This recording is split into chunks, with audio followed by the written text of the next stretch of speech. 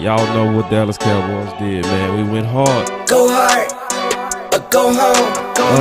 Go hard, Yep. or go home. Go hard, Yep. or go home.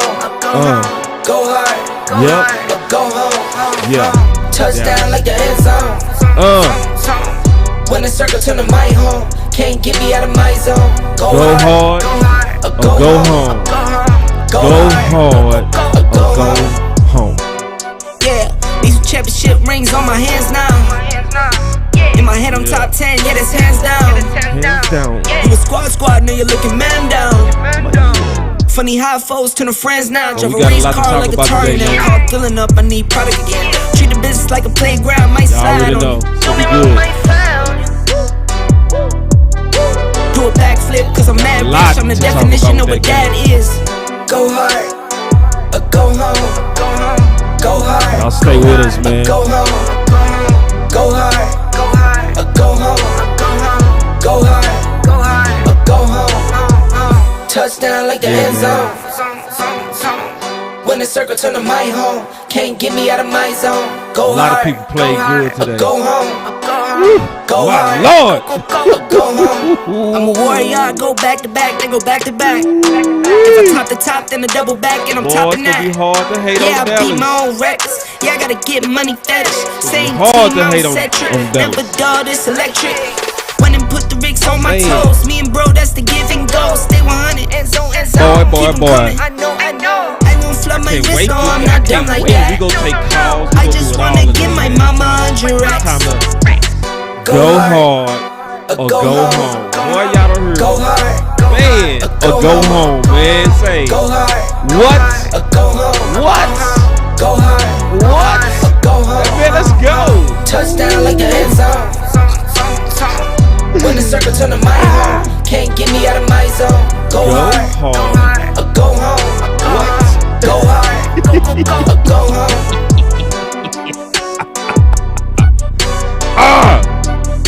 What? Man, it's only one thing, man. You go hard or you go home, man. Sending balls home. Let's go, man. Ooh, we finna get y'all to run back too, man. I already sent the link to LC. So, man, we finna start queuing up the crowd, man. Y'all know how it go. Go hard, or go home.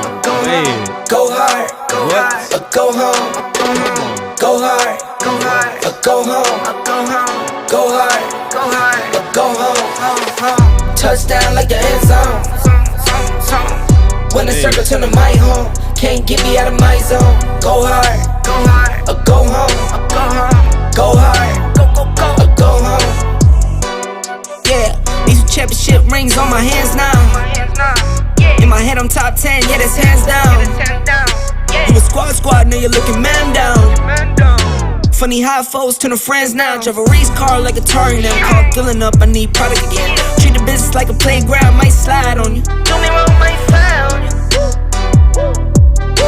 Do a backflip, cause I'm mad rich. I'm the definition of what that is. Go hard, or go home. Go hard, or go home. Go hard, or go home. Go hard, or go home. Touchdown like the end zone.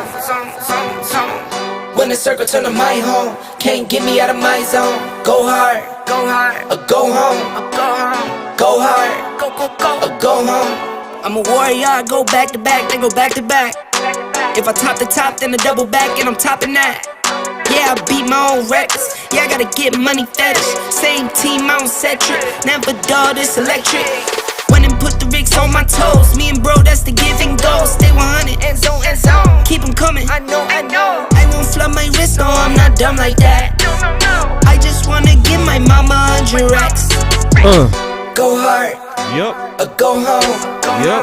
Go hard, or go home. That's what we did. Go hard, or What go we do? home. Man, we went hard, man. Go home. Alright, it's time to put the people in. Touchdown like the end zone. Let's go. When the circle turn to my home, Let's go. can't get me out of my zone. Go hard, or go home. That's right. Go hard, That's right. or go home. That's right. That boy said we looking past division. televised in my area. I was able to listen to it on Game Pass. Hey, we got a lot to talk about. You know what we gonna do? We gonna talk about all the good. But then we gonna talk about some things that can be better. Because believe it or not, it's some things that could have been better. And we gonna talk about that. Now, this game says, all right, everybody got to take this serious, though. Everybody. Everybody. Touchdown like the end zone. You cannot sleep on this no more. When the circle turn to my home, can't get me out of my big statement today. On both sides of the ball. Go hard or go home. Shit. Yeah, these championship rings on my hands now. Man. In my head I'm top 10, yeah, that's hands down. No. You a squad, now you're looking man down. Only measure Kool-Aid. Funny how foes turn to friends now. Drive a race car like a tornado. Caught feeling.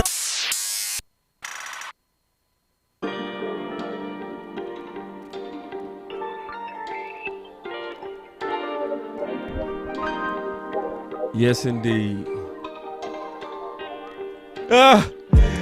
What Quincy said, I love our coordinators, not Fossil so much, man. Fossil, see, woo. That's what man, just telling the truth. Man. Yeah, Fossil. See, but I'm gonna start positive, man. We gonna start positive because, obviously it was a lot of positive. We was on our heels a little bit in the first half, but it was of our own doing. We gonna talk about that. Yeah. Hold on real quick. My boy say, I'm pissed. Ooh, Chuck. I can't wait to show this coming. Chuck. Ooh, I gotta show Chuck coming. Here it is. Look what Chuck said. I'm pissed. How did these coaches allow for this game to get close? Experimenting. Ooh, Chuck, you in my Kool-Aid.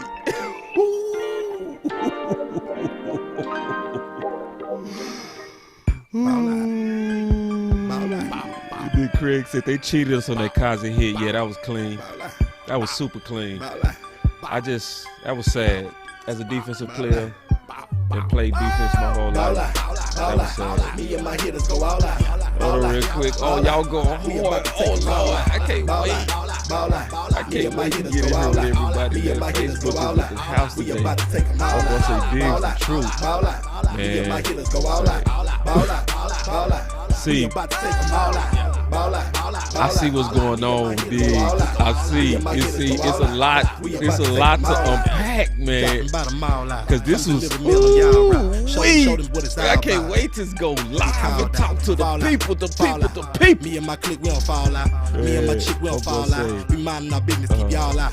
Break up. T Smooth say, then we hit licks till it's all out. I hate my job, I'ma call out. Boss of myself, child out. I'm a recruiter, a high percentage shooters, gotta keep rifles and rulers. Some people just trifling the losers. Watch for the jackets, at night they be cruising. I can put together. Hey, y'all kiss together. My hitters be tougher than leather. Can't nobody do it better. Glock 9 with the FN. Man, I can't wait to talk football with the people, man. If you miss 6, still catch 10. Ball out. We're going to talk about the Florida game.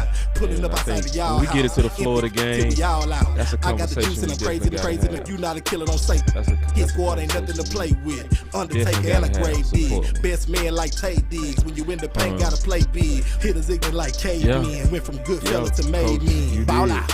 I can't wait to get all these comments. I told you about the team that ran the ball best will win. Yep. We about to take them all out. We're going to talk about all of that. Man. Sadiqua is in the building. What's up, Sadiqua? Oh, man. We about to take them all out.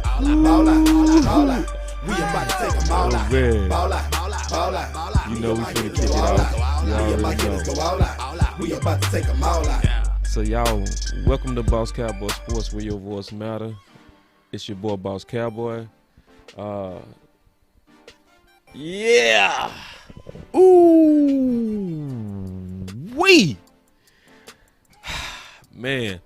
So obviously real good win by the Dallas Cowboys, and I want to kind of talk about it. Cause this was a good opponent, but this is not the most balanced team that we was gonna face. The offense was a game management type of offense, and in the first half, I'll go ahead and say that they basically played their type of football. What they wanted to keep it close. Okay, Marv coming in. She actually coming in from Carolina as a Panthers fan. Welcome. See, that just show you, man, your voice matter, and people, you know, even though we opponents, people just like to hear commentary about the game where they might learn about their game. So welcome all the Panthers people that's coming in. We not gonna be rude to you. You know, it's not a bragging contest. We took your team serious. Your team showed some stuff, and we might see y'all again. But we clearly the better team, and I think we made the right adjustments. So I want to kind of get right into it. I also sent the OC the link. He might show up. You know how it go. It's built at any time to come in. We also had another Panthers fan come in who said, keep pounding. Yeah, man, good sport, man. Come on in the house and let's talk ball. We go just talk X's and O's. So, you know, one of the things that started off, I was going to do a pregame, but it was too close to do it, so I just waited. And so people that follow me on Twitter already know because I posted it, and I also posted it in our Facebook group. So I already kind of laid out what I thought would kind of win this game. And one of the things I talked about was the game would be won by the most disciplined team, no cheap penalties. I think both teams, for the most part, was pretty disciplined, so that played out tough, especially in the first half. But then I also said commit to running the football. Basically, you got to bully the bully. And so some people say, what you mean bully the bully? You know, listen, anybody that was keeping up with the Panthers know that their defense was ferocious. And we did a scouting report on them, and we also showed on that scouting report that they are tough in the first half. We already spelled that out, so it was not surprising that the defense was doing what it was doing in the first half. But it's also history, right? And I posted this as well. In 2016, we faced this same type of team before, the Baltimore Ravens, in November. And so when we faced them, yeah, somebody said player management. What the hell, boss? Really? Yep, I meant that. Player management was the key. And I'll talk about it because what happened with the Ravens, because this is true. This is true. When we played the Ravens, they was ranked just like the Panthers, #1 across the board in run defense, interceptions, everything. And so what was the answer that called us to pull off that game? And that was when Zeke and Dak was rookies. We ran the ball and we managed the game. So obviously 5 years later, you go do more than game management, but that's pretty much what we did. Did Dak really go off? Was he just super vertical all game? No. He took his shots and he struck, but it wasn't something to where we just put it all on his back. We was putting it on the ground. We managed that game. And that's what we did. We laid into their stomachs. We gave them body blows, and we just broke them down. That's exactly what we did. And so it's one of those things I would just say, I think it's a good thing to sometimes start recognizing the identity of your team and start recognizing what's winning football with our current personnel. Because when you got Steele out there, do you really want to be passing a lot? Nah. If you want to kind of grow Steele up, wouldn't it be best to run the ball? You also had Zeke, who had a fantastic offseason. Y'all saw the jump cuts.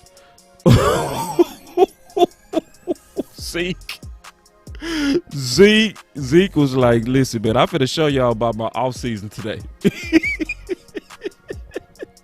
So everybody that was like, oh, Zeke done fell off, I was like, hey, bro, he put in that work, and he really showed that he wasn't having it. He really wasn't. So I'm going to kind of look at a couple of more predictions, and then we go take some calls, man, because your voice matters. We want to hear from y'all today on a victory. Number 2, I said be cheap to get points, be aggressive to get ahead. And then I said help Steele early, but take off the training wheels in the second half. That's exactly what I said is the key to winning this game. Okay. Say that we was low-key cheap. We was low-key cheap, bro. See, you got to look at what we was doing in the red zone.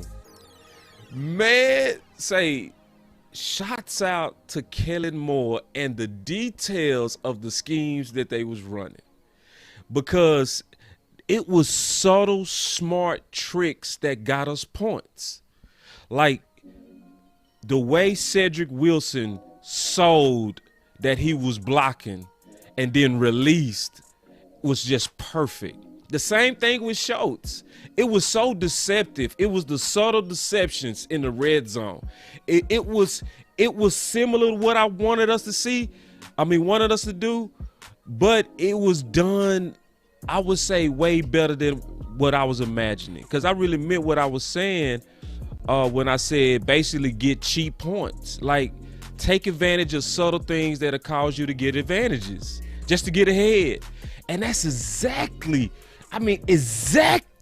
what Kellen Moore did. So what I'm going to do, let's take some calls real quick, and then I'm going to get the OC set up because I see he just came in the building. Y'all give me a second. So we got the phones up. So y'all go ahead and call in, man. We going to take some calls. We going to just talk a little bit of ball real quick. There it is, man. Y'all ain't playing no games again. Here we go. Boss Capo Sports, where your voice matter. What's up? This is Chuck. Chuck, what's up, man? Talk your talk, my brother. Let me turn this down, man. My music might be too loud. What you got? I'm pissed, man. I'm just pissed. They got it, and they won't show the killer instinct.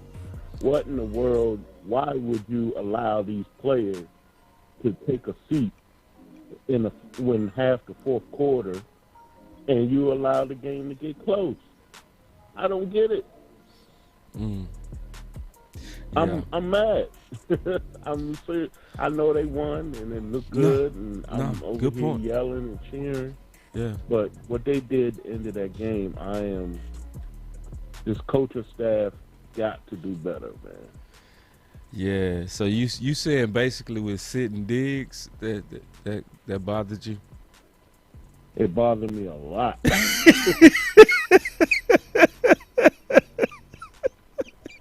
Come on, man. You say keep that foot on that neck.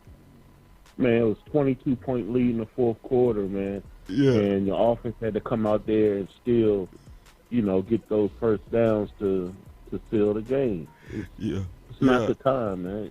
You're supposed to be out here proving a point to these players, to these other teams that they have arrived. You don't give up. You don't just give 14 points and allow this to happen. It just shouldn't happen, man. Not in the NFL. Man, I love Cowboy fans, man. See, this is the thing, Chuck. I always want to kind of start with the good, but we'll go to your point. Okay, it's one of those things. Is they literally said they released that they was doing player management. That is kind of like. Hey, man. That was a dangerous game they played. Can I just be all the way honest? I know everybody want to hear the pom-poms right now, but Chuck right. Chuck, you right. Hey, one more thing, and I'm not trying to throw all the negativity out No, there. you good. Man, you good.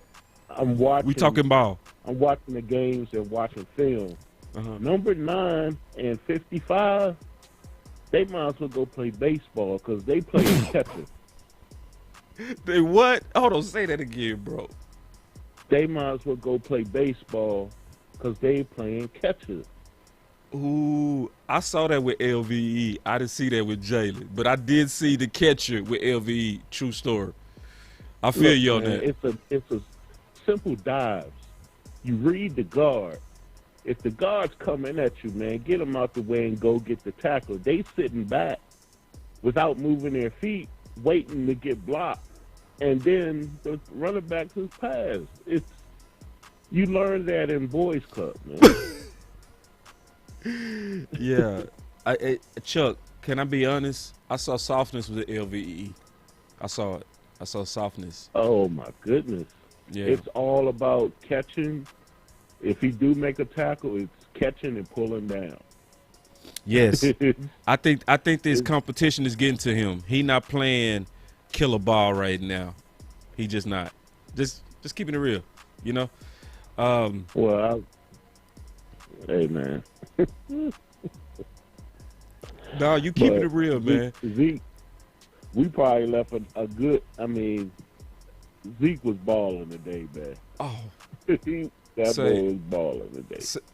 Chuck, can I say this, Chuck, before I go, because the OC with us? Ooh, can we just go say that boy Zeke, man? Yes. Yeah, see, you know what? I want to say this, man. People underestimate the power of pushing the pile. Mm-hmm. I like them long runs, but when he first make contact with you at the 3 and he ends up on the 7. Hey, man. Hey, man. That's demoralizing. I mean, the way he was hitting them holes today. I mean, even Connor Williams looked good today. He done bought himself a couple extra weeks. Ooh, he sure did. Like, listen, they was listening. People was like, yeah, people hearing this Huss, man. See, Chuck, your voice matter, kinfolk. I love this call, man. Let me get my OC. Let me get the OC in the game, and then we go start taking some more calls. All right. I appreciate you. All right, man. Love to hear from you because your voice matter. All right, man. All right, fam.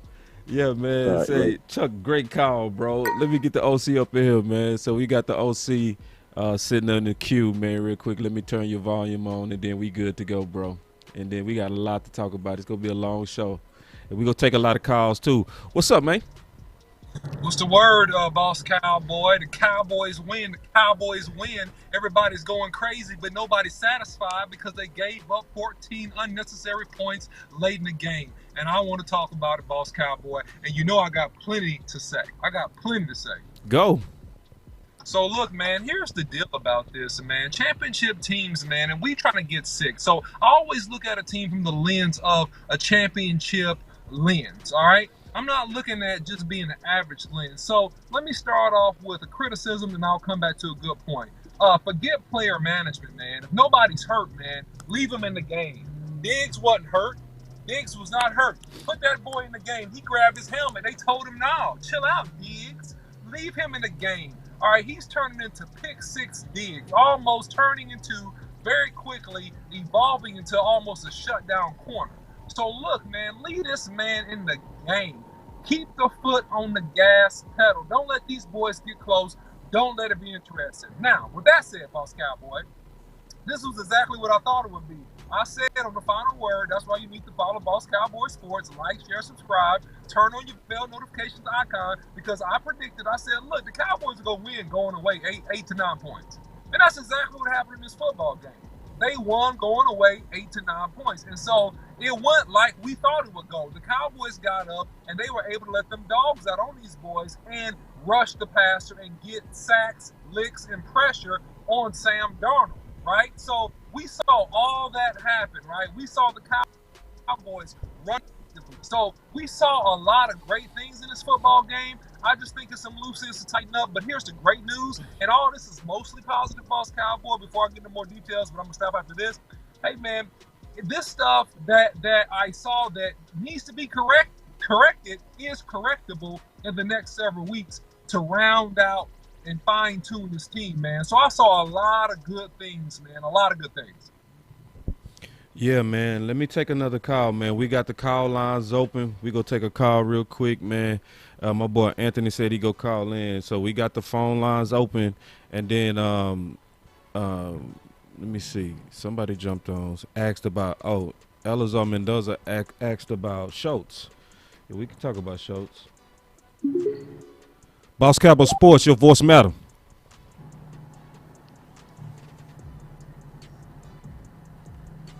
This is Boss Cowboy Sports, where your voice matters. You gotta talk. We gotta hear your voice. All right, so this person, okay, we gonna try again. All right, here we go. Boss Cowboy Sports, where your voice matter.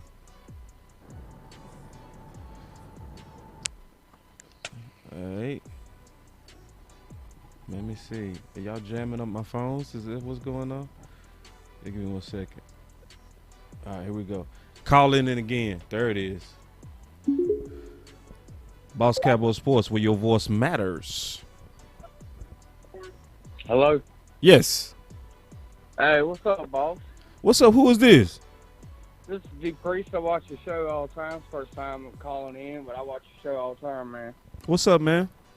What you think? Oh, not much. Man, I love the game. Like I told my brother, man, when they kept running the ball, he was like, man, they need to pass. And Shit. like you alluded to before the game, run that ball. Yeah. Put the punches on them, because that's what wear them out. Where you come out in that second half, and they can't blitz you like they were at the beginning of the game, because Zeke done came in there and done punched them out so many times, he putting bruises on them. He hurting them boys. He wearing them boys down. Man. We the Cowboys. We ain't no weak folks out here. This motherfucker 6 times. He for real, and he gonna eat them up. He gonna do his thing. He gonna put bruises on them. Say, hold on real quick.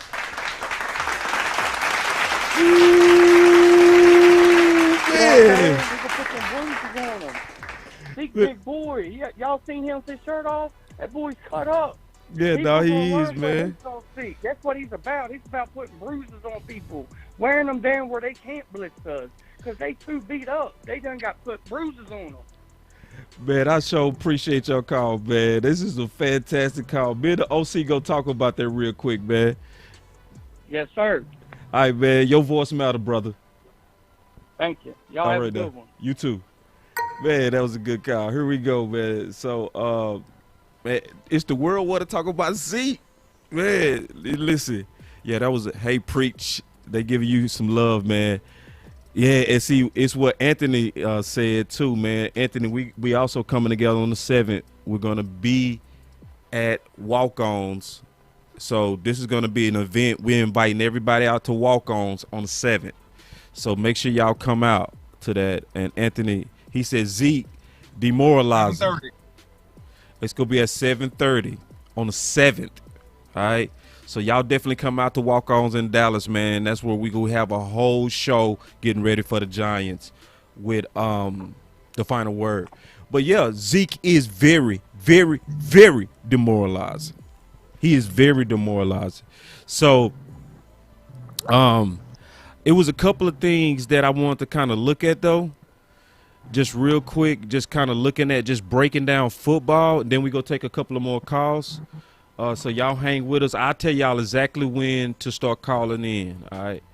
So another thing that came out that I talked about was, Steele, right? Help Steele early, but take off the training wheels in the second half. I also talked about take 2 vertical shots in the first half. They actually did that in the second half, and it worked. They didn't do that in the first half. They did it in the second half, the vertical shots. But I want to talk about Steele in space, OC. He seemed to be like he was struggling in space in the first half. I want to get your thoughts on that.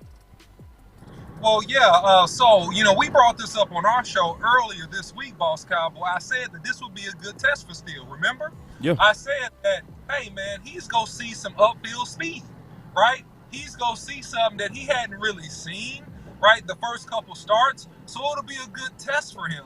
And so, yeah, of course, he did struggle with the athleticism coming at him, coming off the edge, because he's not naturally good at space. He's a 2-kick, sit-down type guy. Get his hands on you, wash you about the quarterback. He's not move his feet and adjust to your pass rush moves or adjust to a bunch of movement coming at him fast. So, yeah, Tyrone still is what he is. I still think he's solid. I still think he has tremendous upside. He has tremendous growth through getting his starts. But, yeah, versus certain type of players, man, he was struggling. But you know what? And I'm not throwing shade, but I'm just saying what I think when I say this. Listen, upfield speed also bothers Leo Collins. upfield speed also bothered Leo Collins. So I think that Leo Collins was starting this game, man. I think initially, man, he would have had a little bit of trouble in trying to settle down against some of these sprinters rushing the passer off the edge, man. Yeah, I was also seeing, like, when they was pulling him, when guys was in the open field, he was not good at all. Like, and like he missed that block on Shaq, and you know, like where they say he needed to stay tight to the guard because he got Pollard demolished. You know, but that was the only couple of things I saw about him. I thought he handled the speed okay. It got him early, but he settled in. He settled in to me. But it was more so open field blocking. And I just want to ask you, as an offensive lineman, is that just automatically to his disadvantage? Am I asking too much? Yeah, you asking too much with that, man. Yeah. So here's the distinction. Yeah, I figured that. And Lee Al, Boss Cowboy, is that Boss Cowboy Lee Al was originally what? A guard, right? Right. He was a guard, so he's used to pulling and tracking. He was doing it in high school. He did it at LSU. Steele is a true tackle, man. Right? Think about his career at Tech, right? He was in a spread offense, right? Single block, zone block, type of situation. He was not a pull type guy. That's not his strength. That's not his forte. And I mean, of course, you can get better with work, but man, I don't really think that'll ever be his forte, man. I think he's a long, strong hammer, strong side tackle. That's what I think he is. So let me ask you a question, just real quick. He's not gonna. Yeah, let me ask you a question real quick. Yeah. Is that just offense putting him in a bad position? Can I say it like that? I don't know if you can say it like that, Boss Cowboy. I think that Kellen Moore tried, and he wanted to see how it would work. So I don't know if they put him in a bad position. I think Kellen Moore is trying to see, hey, let me test your ceiling. Let me see if you can do some of the things I would want you to do that Lee Al could do. That's what I think. That's good. Yeah, thank you. And I really wanted that perspective. That's what I wanted to put on the Clear Out Views. I wanted to see this clearly from your perspective. And was I grading him too hard when he was in open field? You know, because I didn't like him in the screen game, and I didn't like him when they pulled him. You know what I'm saying? But other than that, I think he held up okay. I'm gonna take. I'm gonna call Anthony real quick. Anthony, I'm gonna call you. If you watching the show, you just gotta pick up. Hold on real quick. Give me a second. I'm finna call Anthony real quick, and then we go take that call. Then we go get back into some of the content, because I promise you, it's a lot to talk about that I definitely observed that I really want us to get heavy into. We're not even heavy into the content that we're gonna be talking about, and it got to do with Parsons. I want to talk about that. I got some issues. Hey, hello. Yeah, what's up, man? Boss Cowboy Sports, your voice matter, brother. Boss Cowboy Sports, man. Hey, man, I just wanted to touch on a couple things that me and you, if you remember the first show we did about the championship culture, and we pointed out the dog mentality in Trevon Diggs. Yeah. Mm-hmm. And we called it, and now we're seeing that. We're seeing that. And remember, we celebrated him for competing with Cooper, even though he was getting torched. I don't know if you remember that. No, I remember you talked about that. You the one that talked about that.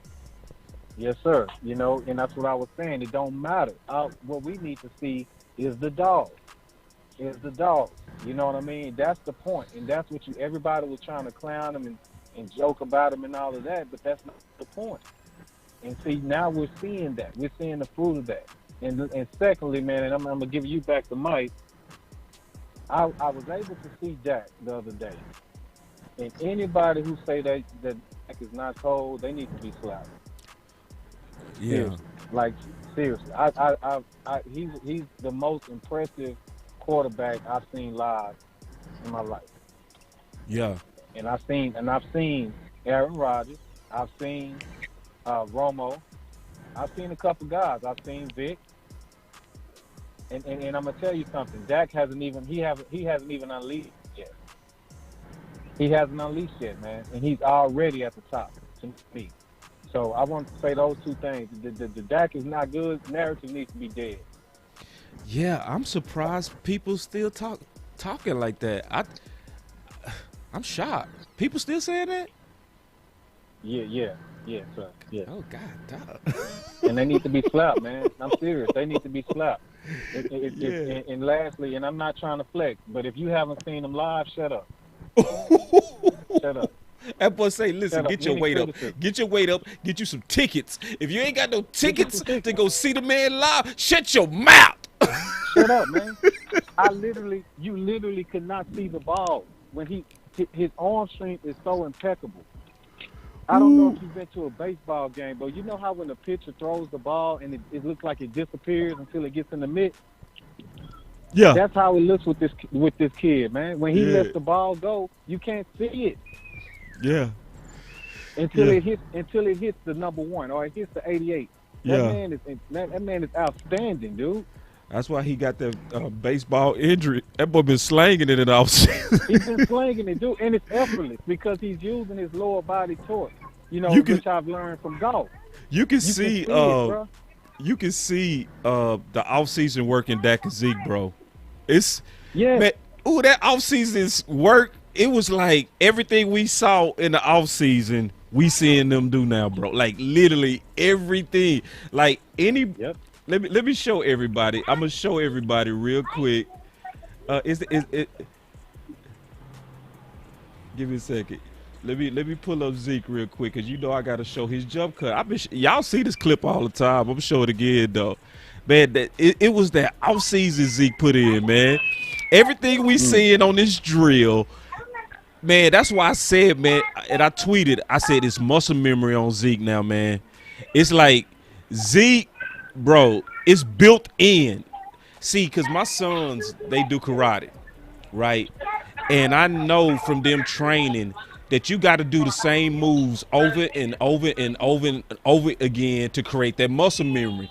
All these jump cuts and subtle moves, we saw all of this today. Right. Oh my goodness. Showed out. And the thing about Zeke is when he attacks the line of scrimmage after that jump cut, he's coming with power. That's demoralizing, man. Yeah, and he come with power. Oh my God, bro. So, I'm not gonna throw it in people's face. This is not gonna be I told you so show. But it's more so like, these guys put in the work. Let's go forward and be positive. That's really what I want us to do. Yeah. All the Dak haters, chill out. All the Zeke haters, chill out. All the Jalen haters, chill out. All the guys playing good, man. Great call, man. Great call. Okay, bro. All right, we'll wrap. All right, and see you on the 7th. Okay. Yes, sir. All right, man. What you got, OC? Yeah, man. So this is not the first week I've seen this, Boss Cowboy. I want to really point this out. The first time I saw the offseason work with Zeke Elliott was a dive play, all right, last Eagles, where he was designed to run an ISO left, and he made a quick, subtle jump cut and avoided basically the blitzing linebacker and just slid over. And it was only about 1.5 feet. Slid over quickly with those type of drills right there. Slid over into the left side and hit it up for a 10-yard gain. That's the first time I saw the subtleties of his footwork, man. And so all this stuff is coming to fruition. I mean, and I'm going to give you your flowers on this big time, Boss Cowboy, big time, because you said this last week. You said that historically Zeke is not a fast starter. Nope. You said that as the season rolls on, he gonna get better and better, and you're absolutely correct because the data bears that out, right? That historically, man, he's gonna get better later, and as we go, and as you feed him carries, and as he gets later in the game, he's gonna get better and better and better, and he's the best north-south back in the league. Yeah, hands down. Yeah, in the league, and this he gonna get better than this. That's what's scary. He still got one more gear. He got one more, and he gonna hit it. And it's one of those things when you watch Zeke closely, you know that about him. He doesn't start fast. Listen, I'm gonna go ahead and get to the sauce. I've been teasing enough. It's time to talk. I saw some stuff about the game flow. I want to be all the way honest, man. I didn't like the first half of the game because I didn't like what they was doing with Parsons. Okay, so and I'm gonna just put it all the way out there, man. Okay, I'm gonna just say it how it is. All right. So I just said this on Twitter because it was that obvious. I said I will have some real problems with the use Parsons all over Cowboy fans. If this defense plays like they did the first half, pressure and sacks will be priority. Never ever overthink this again. What I was saying by that is when they was using Parsons in the first half, it was obvious that just having him play linebacker without sending him on pressures, we was not as good as we can be. We wasn't. The best thing that I saw, though, was Dan Quinn adjusted. And his adjustment was way better than I thought. Because I was saying, and I started lobbying real hard in Twitter that, man, move him back to rush in. Just do it. Like, it's obvious we not making the impact. It was hard on that secondary. You could tell it was hard on that secondary because you was only getting pressure from Randy's side. But then, right before they went into the half, they put Parsons at left end, right? Immediately, it started being issues for the Panthers. Immediately, right? So, and I said that from looking at that, this is what happened. And I said this, and it happened just like this with a little twist. I said, watch how that defense turns on fire with Parsons rushing. Sam will get wild, and I was saying on his throws, and Dallas opportunistic secondary will make plays. That's exactly what happened, but it happened a little bit different. Dan Quinn made an adjustment that was better than what I was saying. I was saying seeing pressure from the edge. I was saying seeing pressure from the edge. But the place that he started sending pressure was from the middle. So Dan Quinn's adjustment was a hybrid of what I was saying. So what he did, he said, okay, I'm going to keep him at linebacker, but what I'm going to do different in the second half that I wasn't doing in the first half is I'm going to send pressure from the middle as well as on the outside. And that's what turned the game. That's exactly what turned the game. So I'm not at all for Parsons playing linebacker without them sending him on pressure a lot. Because if you're not doing that, you're not using his instincts. You're not. Because if you got to look at the whole floor of the game, because a lot of people, they go kind of piecemeal it. They go talk about, yeah, he played all over, but where was he effective? Where did he cause massive just stress to the Panthers? Going forward. Yeah. Him sitting back reading that linebacker, I'm not listening to that. I'm not hearing that. They struggled in the first half, and he was almost fully ineffective. And they could scheme away from him. When you send him for pressure, he controls the damage that he does. And it's consistent.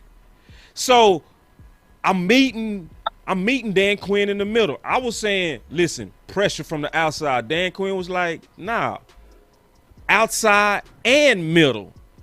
I'm like, it worked. I don't care. As long as you sending them. Yeah, it's about the mismatch, boss Cowboy. It's not even really pressure only on the outside. And so Dan Quinn is smart about this because if you remember last week, Micah Parsons got pressure going the A-gap, the B/A gap by beating up on some slow-footed guards against the Eagles as well. So it's not so much that. It's about you using him to his strengths, which is in attack mode, right? He says he's a dog. We all know he's a dog.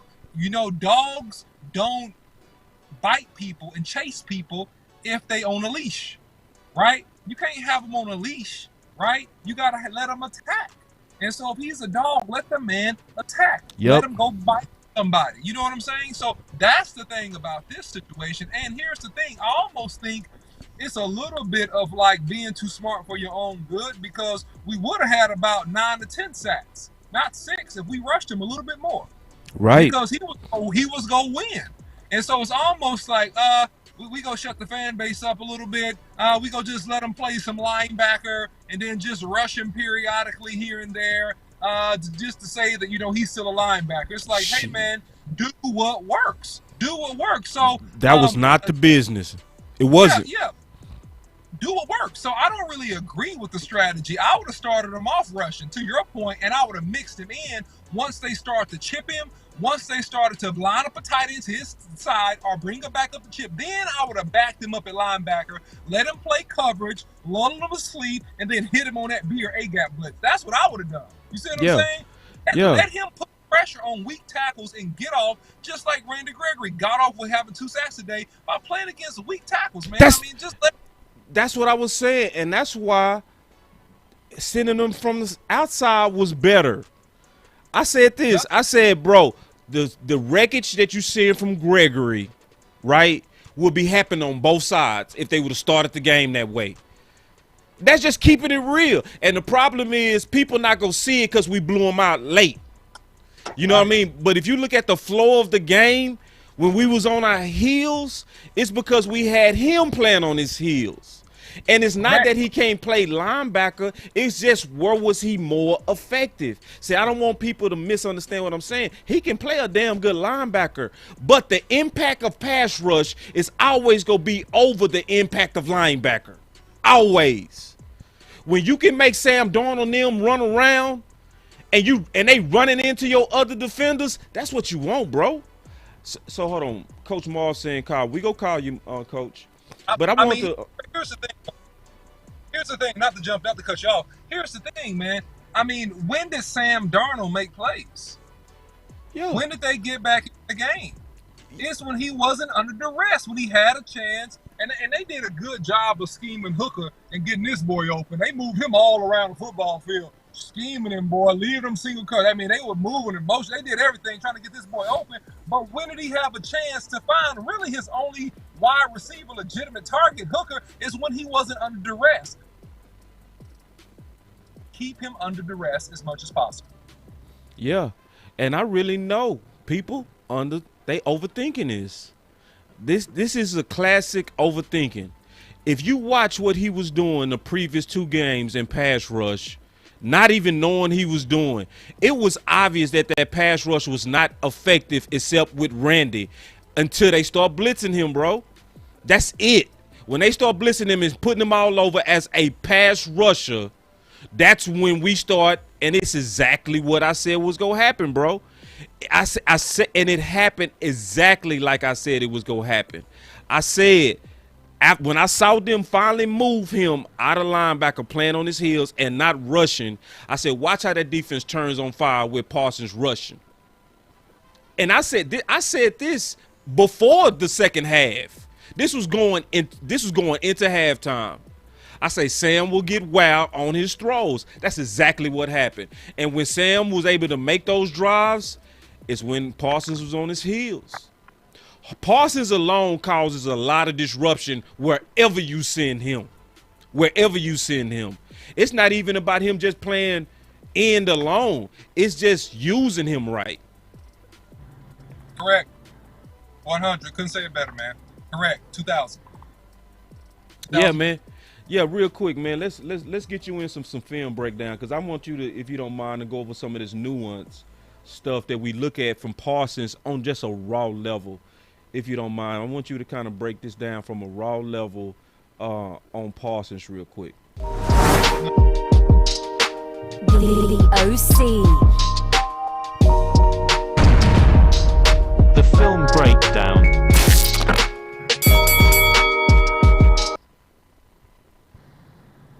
All right, so let's take a look at Micah Parsons over here, stand-up. So he's a stand-up rushing in this formation against the right tackle. Look at this quick inside move, pressure on the quarterback. If that ball don't come out right now, it's a sack. So he's great right there. Just look at this again, stand-ups, because you're going to see him with his hand down in a second.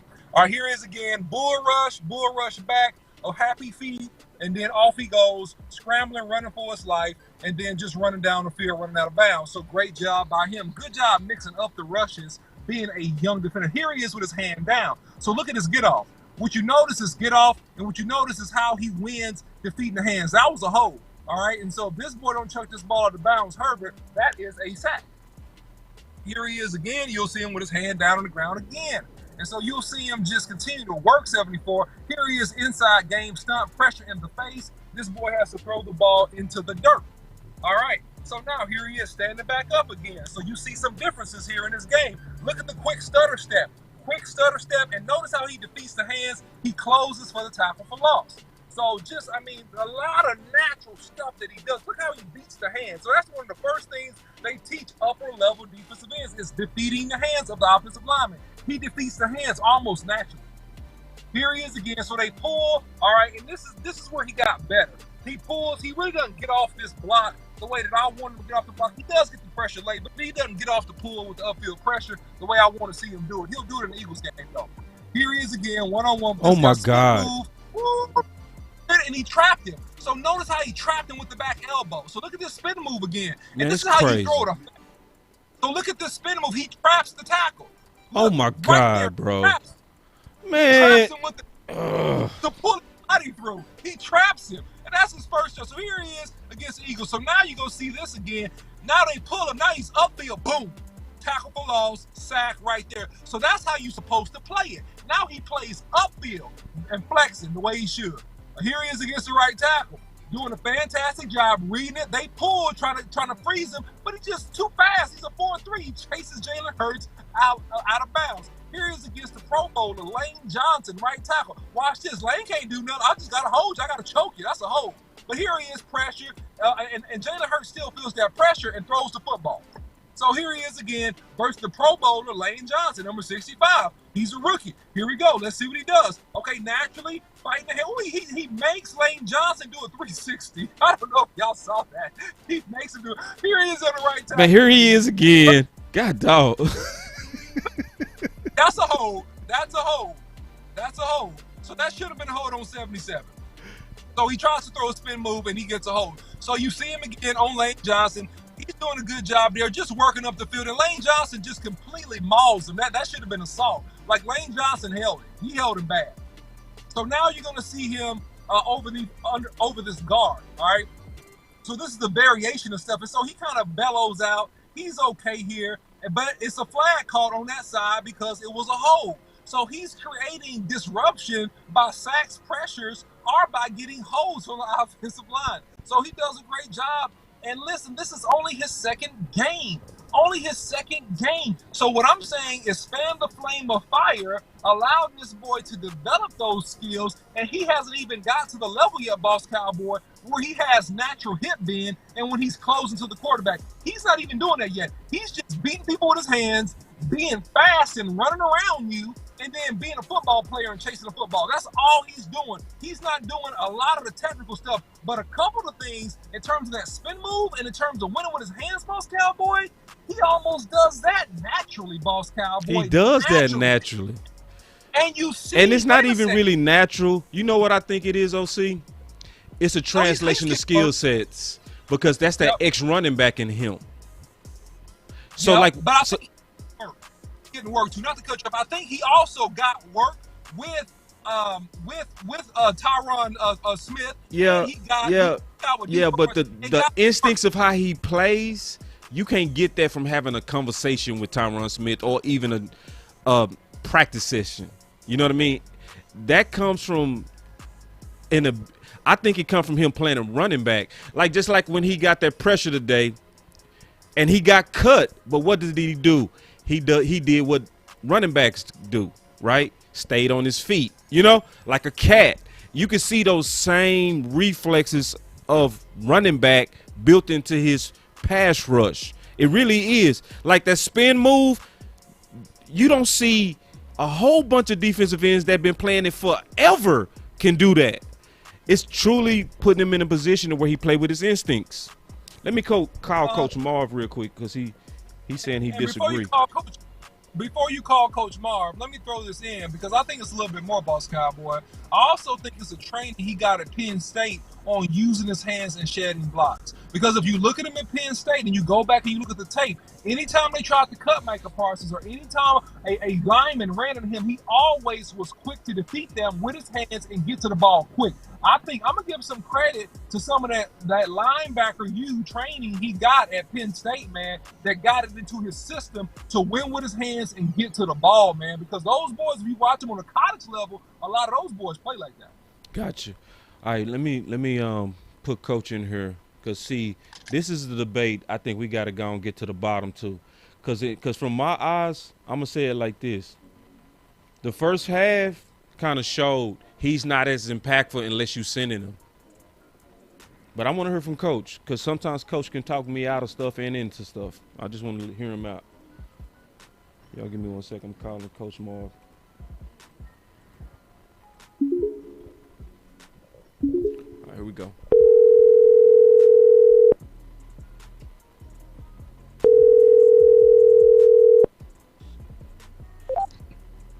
Hello. Coach Marv, Boss Cowboy Sports, your voice matter. What you got? What's going on, boss?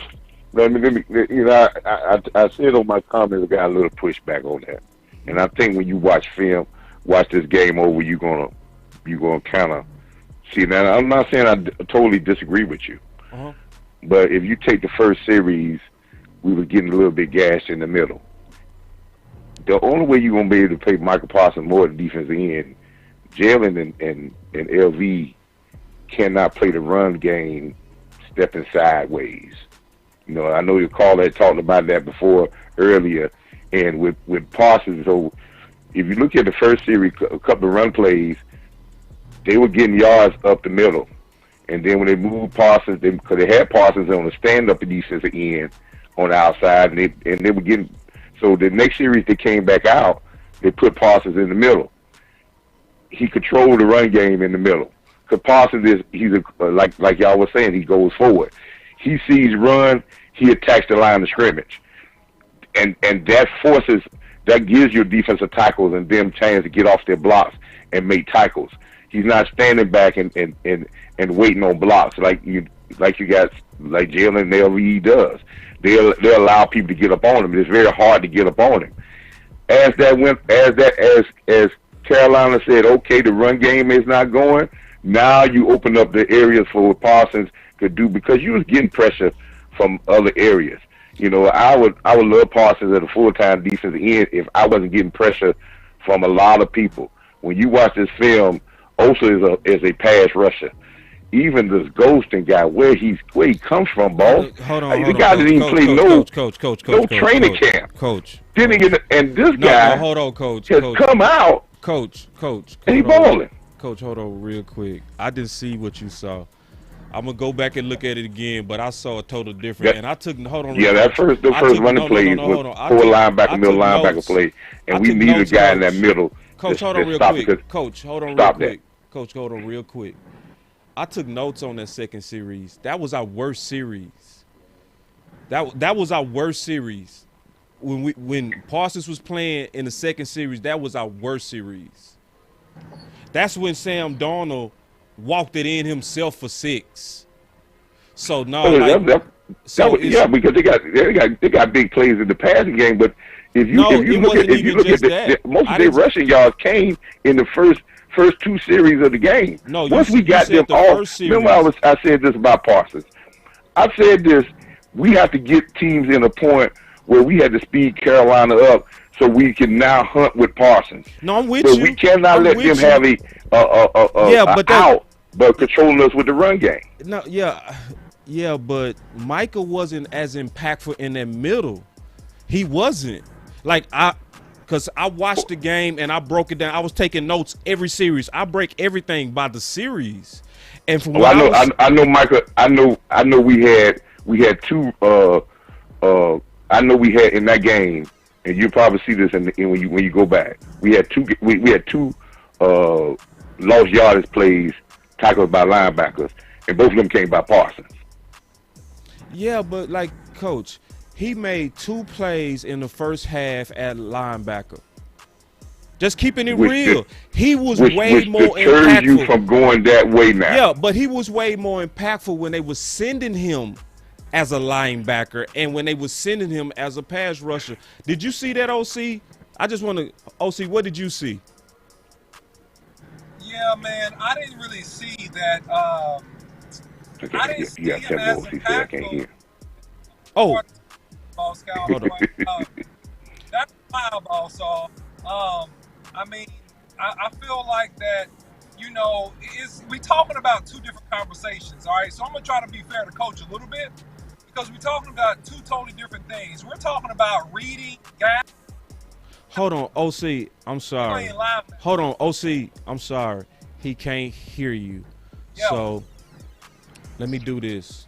Let me let Coach finish with everything, and then we're going to have to address it, you know, when he finished. But I'm going to hear you all the way out, Coach. I'm not going to interrupt you at all. And I think, listen, you're going to be able to do a little bit, and I'm not disagreeing with you all with Parsons on the end. I think we're getting a lot of pressure from the end. We're getting a lot of pressure from a lot of people. You know, we getting pressure from a lot of people. And I understand Michael's impact at defensive end. I understand that.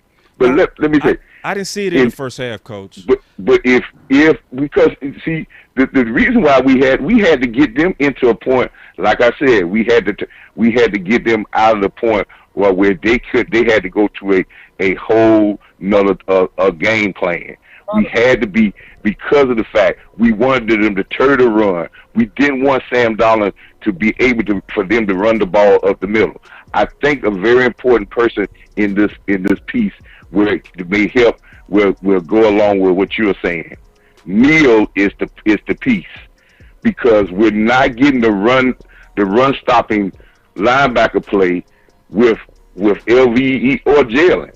They're catching blocks and they're getting tackles 5 or 6 yards down the field, and now we see that this is not because of defensive line play. This is because their first step is sideways and not forward. Once you watch the film, I guarantee you, boss, when you watch the film, you will see there's a slight difference between their play, because Micah is an attack guy. I'm not saying you're going to pigeonhole him there, but you have to deter that, or we have to have some better linebacker play where we can use him on the outside. But in this game, we could not allow Carolina to get comfortable with running the football. And when we got them out of comfortable out running the football, we went to hunt. Gotcha. We went to hunt. No, I got you. And that's how we want. We're going to get you out of comfortable running the football. We're going to deter you, and now we're going to go hunt. Now, if Jalen and LV can do that, then I'm all right with it. Yeah, I see what you're saying. Yeah, so let me take this call with the OC. Good points, Coach. We'll talk about it. Right. Thank you, Coach. Great call. Say, listen, great call. And so I'm going to say what Coach is saying. Coach is saying that they had to put him in the middle because from their vantage point, he felt that they was getting gashed in the middle. So to stop the bleeding, Coach is saying that's why they put Parsons at linebacker so that they can then put him back at pass rush later on in the game. So, you know, Coach brings up some really interesting points. And I'm going to say this in fairness to Coach. You know, watching the game and studying the game are two totally different things, right? So I need to go back and take a little bit of time and break down this game myself, and I'll have more feedback. But I'm going to say this just at a glance.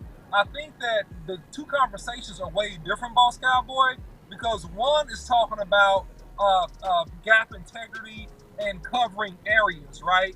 Playing the linebacker position. Defensive end is more so attacking the quarterback and making plays just in about a gap and a half. So those are two totally different conversations. So, yeah, LVE and Jalen, look, I mean, they made some tackles. They don't make the kind of tackles that you want them to make in terms of, like, blowing up people in the backfield and stuff like that. But howbeit, they made tackles. So we knew that going into this game that the Carolina Panthers were going to be a run-heavy offense, and they was going to try to run the ball down our throat and score off of play action, which is exactly what they came out and did. So we knew to be effective against them, we would have to stop the run. So to accomplish that goal of stopping the run, you just got to stop it. So I just think that right now, I'm not disagreeing with you. I'm not really disagreeing with Coach. I'm saying that it's two different conversations. It's two different analysts' perspective talking about the responsibilities of a linebacker versus a rush end. You're talking about impact. Impact is defined by the need at the time. So do we need sacks? Okay, get them. Do we need tackles in 1 and 2 yard games versus 5 and 6 yard games? To get that. So I just think that we kind of talking about the same thing, but in a little way, Boss Cowboy, two different things, if I make sense. Yeah, I mean, it's one of those things that I don't even think it's the sacks. What I was saying that Sam Darnold had a lot of time outside of Gregory. I didn't see pass rush in the first half. I didn't start seeing pass rush, in my opinion, until Parsons started getting him off his spot. That's the only time I really start seeing Ghosting them get in there and get them some juice, right? Because, yeah, Ghosting got him a sack after he was running for his life, you know? And it's like, but who started the domino? And the same thing with LVE sack. Like when LV got that sack against the Chargers, that was because of Parsons. He was running away from Parsons and ran right into LVE for a sack. And then LV got up and did the wolf. Ooh! No. You got the tackle, but it was Parsons who caused the play, bro. Like, let's keep it real. You know, Micah Parsons even liked my comment on Twitter. I don't know Parsons. Parsons liked loved what I said on Twitter, because I just said on Twitter as I was watching the game, I said, yeah, Parsons caused that sack. I don't know Parsons. Parsons went, love it. Like, yep, you said it right. This is one. I'm gonna look at it again though, because you right. You said that right. Sometimes you can watch it when you're watching the game, and then you'll have to study it, and you'll get the flow a little bit better. So I'm gonna go back and make sure that I digested the flow of the game right, because if I didn't, then I go back and correct it. But from what I was saying, I just didn't think he was as impactful at linebacker, and I didn't even see the other guys as not being impactful. I thought they was okay. I thought Sam Darnold was getting us more than any of them. Yeah, I think you're correct on that, Boss Cowboy. And I'm going to circle back around the block on your point, because you explain yourself better. And so I understand what you're saying a little bit better now, in the sense that you have catalysts for certain people making plays. Right. And so what you did have, and that's correct. That is correct. That perspective, how you rephrased it, is correct. Micah Parsons was a catalyst for others to get plays. And yes. It happened in the Chargers game, and it also happened in the Eagles game, where he was the catalyst. So maybe he didn't hit home, right? So I remember, like, going back in the day, and I'm going to use this example because I think it's relevant, even young in his career, to Micah Parsons. So Michael Strahan, the Hall of Fame defensive end for the Giants, right? He said, hey, man, I got to the point in my career where, man, I didn't really just care about getting sacks. I just wanted to be as disruptive as possible. Right. So that's what he's. So now what you see is when he's rushing, you see more disruption. That's and what you see. It's clear disruption. Clear. Yeah, it's disruption, and maybe he didn't hit home, right? He didn't get the sack, but you see the awareness of where he is. Like, look how Herbert. Look, that's the sack I was talking about right there. This is clear, bro. I'm telling you, I didn't make this up. And he liked my comment. Like, this is true. Like, just watch. I'm sorry to cut you off.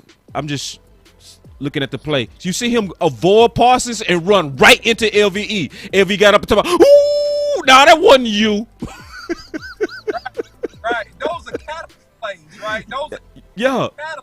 He was a catalyst to create that play for somebody else. And so that's what you saw along the defensive line. And really, I mean, to my point, and correct me if I'm wrong about this, Boss Cowboy, because maybe you saw something that I didn't see. I'm opening myself up for correction. All right. I see Randy getting off early in that game the way that I had anticipated. I thought he would have came out the gate getting off.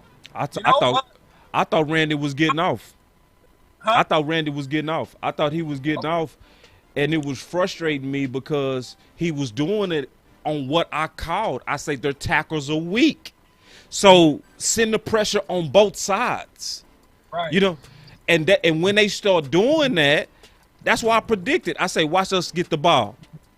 You know, because that's the domino of Dallas. When you put Parsons with Gregory or with Tank, Them quarterbacks get off their dime. They got to get that ball out, and they start making mistakes. And then you got ball-hungry DBs, all of them. Yes. That's why I call it hand and glove meat. It's hand and glove. You didn't get the best of DJ Moore was beating Diggs' ass in the first half until he got help. Period. Yeah.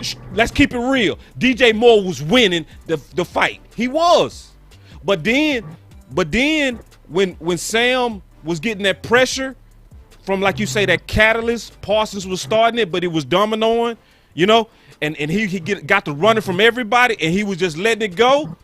Then your opportunity start getting the ball. Big hits. Like, to me, it all worked together, but it start up front. Or it start from, I don't want to say up front, it starts from pressure. Yeah, pressure is king, boss Cowboy, so I ain't going to ever argue about that. So if you say pressure, yeah, I'm going to say yeah. You know what I'm saying? Pressure is king, man.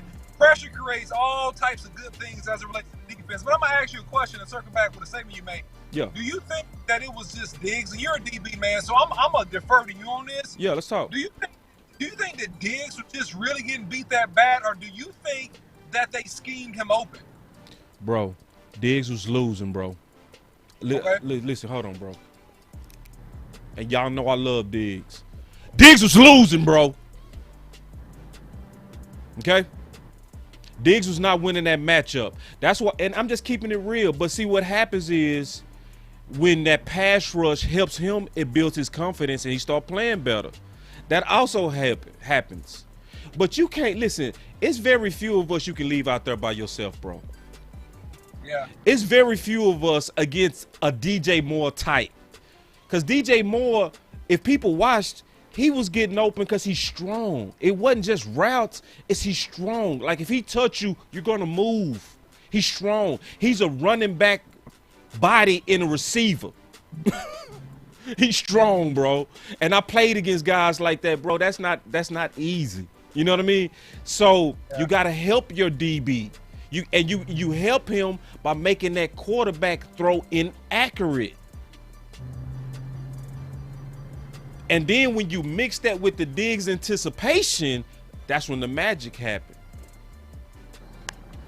To me. Right. To me. Okay.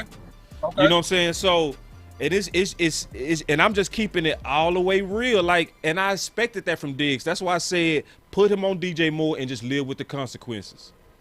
I said live with the consequences. Be ready for DJ Moore to make some plays, and then wait for Diggs to get his. That's how I took it. Like, I expect DJ Moore to land some punches. It's like, bro, that's DJ Moore, bro. He cold. You know? Right. So, right. But Diggs' confidence through the roof right now, and I know corner is mostly confidence and preparedness. You know what I mean? When you're prepared, your confidence through the roof, and when you feel like I can line up on anybody and you start backing it up, everything kind of start aligning. You know what I mean? And that's what's starting to happen in Diggs' career. But I'm also tell you one thing about Diggs. Diggs is a gambler. He is. So everybody got to be prepared for a couple of games to where he might get cooked. You know what I mean? Because he takes gambles. But I'm okay with that because he's starting to show he make plays on the ball. So I would take your occasional bad play because you give me so many epic plays. That's my balance on Diggs. But well said, man. But you know, this guy, bro, he just bro. It's competition Tuesday, competition Monday, Tuesday, Wednesday, whenever next time we talk, bro. Like, curse. It's getting to the point to where it's undeniable, bro. It's like it's getting to the point to where, and I'm talking about across the board, wherever you put him. On a tight end, in the box, as a blitzer, bro, he's showing way too much. There's too much versatility with him for you to deny it. Yeah. I mean, look, man. Speaking of catalyst, man, in that secondary, to me, he's a huge catalyst, man. This guy's just he continues to show up, man. And like I said, one time you're lucky, second time it's a fluke, the third time you're consistent. Man, this boy just keep making plays. And at the end of the day, man, I mean, he banging people out of bounds, man, covering. I mean, this boy's doing everything, man. I'm happy for him, first of all, just because he's kind of been like an unregarded guy, a guy that always had a lot of athletic ability, but never really made a name for himself. So I'm happy for him. I think as long as he stays healthy, this year he's going to make a name for himself, and he's going to make himself quite a bit of money, Boss Cowboy. All right. Now, y'all get ready, okay? It's somebody I really want to do this for. I feel so happy right now for one guy.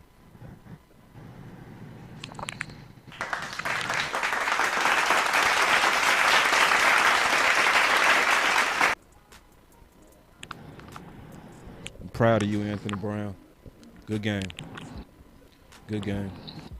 I'm very proud. I'm very happy for what you did today. Tremendous first half. Tremendous first half. You basically locked up Anderson on your own, my brother. And I'm so happy to see that. I've been calling for your head. I probably was the captain of Get Him Out of Here club. But I never mind when these guys play good, bro. It's not about me trying to be right. It's about winning games. I know everybody want him gone still, maybe.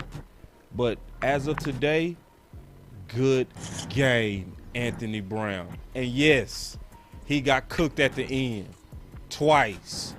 So what? I'm going to judge him by the same standard I judge every corner. And this is how I judge corners. Receivers are going to make plays. I just need you to make just as many plays. And he did that today, bro. I'm not going to take that away from Anthony Brown, bro. Even with his bad past, when you play good today, thank you, my brother. Thank you. And I feel good. My confidence about my D is way up just based on how you played. In the whole D, I feel way better today, bro. I'm so happy with how he played. Do I want him to be completely shut down? Yes. And don't give up nothing cheap at the end? Yes. But you played a hell of a 3.5 quarters. And I mean that. And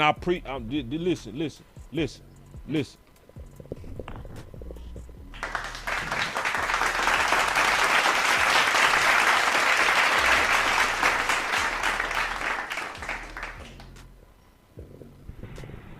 Well, man, look, listen, we got to give him definitely his credit, man, because, hey, first half for sure he played well.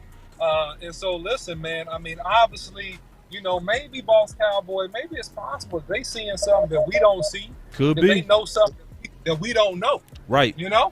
I'll take that. And it's because Dan Quinn ain't had no personal ties to Anthony Brown, but yet he's the DC, and Anthony Brown is getting those chances. And so maybe I think the competition is helping him, if I'm honest. And I think the play of the young people and the veteran people around him is causing him to rise. So I think that he's one of those dudes, and me and you have talked about this offline before, that what might play like a C, but he get around some A's and A pluses, and all of a sudden he playing like a B, or he playing like a B plus. So I think progressively, this is probably what's happening with Anthony Brown. It's the culture, the newer culture, and that environment that's impacting his play, man. Yeah. I mean, I was already thinking is I'm going to have to make where Boss was wrong. And I'm already got some people on the list that I know as of today, I got to say I was wrong about. I was wrong about the defensive line coach, Darden, right? Because I was concerned about him because of his age. I'm going to do a whole video on it, you know what I'm saying, where my concerns was nothing but fear, okay?